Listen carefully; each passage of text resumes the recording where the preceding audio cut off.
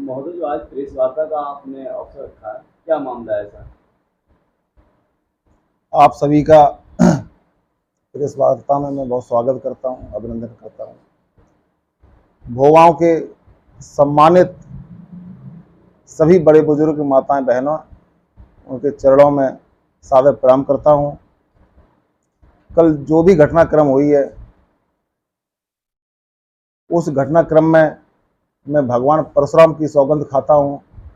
मेरी मां नहीं है, मैं अपनी मां की सौगंध खाता हूं कि मेरा और मेरी पार्टी का कोई भी लेना देना इस घटनाक्रम में नहीं है। मेरी मां की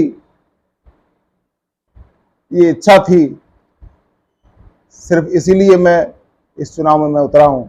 मेरी मां का सपना था कि मैं चुनाव लड़ूं और जनसेवा का काम करूं, इसीलिए मैं इस चुनाव में आया हूं।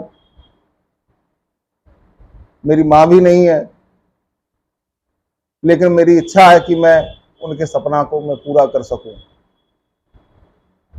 मैं आदरणीय डॉक्टर साहब का बहुत सम्मान करता हूं, हमेशा सम्मान किया है। मैं स्वयं ये चाहता था कि वो मुझे आशीर्वाद दें। वो हम सब लोगों के बड़े हैं, पिता तुल्य हैं, और एक पिता के सामने जब बेटा आगे बढ़ता है तो मुझे लगता है एक पिता के लिए इससे बड़ी सौभाग्य की कोई बात नहीं होगी। मैं पूर्ण विश्वास दिलाना चाहता हूं कि कल का जो भी घटनाक्रम हुआ है, मेरी पार्टी का और मेरा रत्ती भर भी कोई उसमें दोष नहीं है। वो स्वरचित है और मनगढ़ंत सारी कहानी है। इससे ज्यादा मैं और कुछ नहीं कह सकता हूं। जिनका आप जिक्र कर रहे हैं, अभी आपने पिता का दर्जा दिया है, वही कह रहे हैं कि आप आगामी जो चुनाव के परिणाम आएंगे उसमें आपका नंबर 4 पर पोजीशन आने वाली है। क्या कहेंगे इस पर आप? लगातार भारतीय जनता पार्टी का जो ग्राफ बढ़ रहा है और नेहा तिवारी जी को जो प्रत्याशी बनाया है, उनकी लोकप्रियता से निरंतर जनाधार बढ़ता जा रहा है। तो सिर्फ और सिर्फ बौखलाहट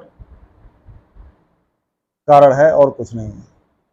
आरोप लगा रहे हैं कि 25 लाख रुपए में टिकट ली है आपने। आरोप लगाने से कुछ नहीं होता है। पहले दिन से मैंने आवेदन किया था, 5 लोगों ने आवेदन किया था, उसमें आदरणीय डॉक्टर साहब भी थे। मैंने पार्टी फोरम पे ये बात रखी थी कि पार्टी जिसे चुनाव लड़ाएगी मैं उसके साथ रहूंगा। सिंगल कोई भी व्यक्ति ऐसा नहीं हो सकता, ऐसा नेता मैंने ये कहा हो कि अगर पार्टी मुझे टिकट नहीं देगी तो मैं चुनाव लड़ूंगा।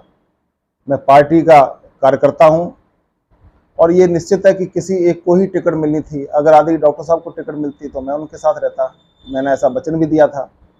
तो टिकट मुझे मिली और भी जो लोग जो आवेदक थे उन सभी लोगों ने पार्टी का समर्थन किया। मैं भी ये चाहता था कि मेरा समर्थन उनको करना चाहिए, उन्हें मुझे आशीर्वाद देना चाहिए। अब आगे की क्या रणनीति रहने वाली है आपकी? मेरा जो घटनाक्रम हुआ है उससे कुछ फर्क पड़ने वाला है? नहीं, कोई फर्क नहीं पड़ने वाला है। मेरा उसमें कोई दोष ही नहीं है, ना मेरी पार्टी का कोई दोष है। फर्क पड़ने का तो कोई सवाल ही नहीं है।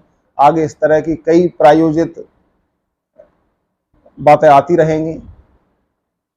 आगे चुनाव आगे आगे जाएगा और इस तरह से प्रायोजित और स्वरचित बातें आपके सामने आती रहेंगी। मेरा सिर्फ एक ही लक्ष्य है कि भारतीय जनता पार्टी को नगर भोगांव से विजयी बनाना और आदरणीय मोदी जी और आदरणीय योगी जी का सम्मान बढ़ाना, आदरणीय विधायक और पूर्व मंत्री श्री रामनरेश अग्निहोत्री जी का सम्मान बढ़ाने का काम करूंगा।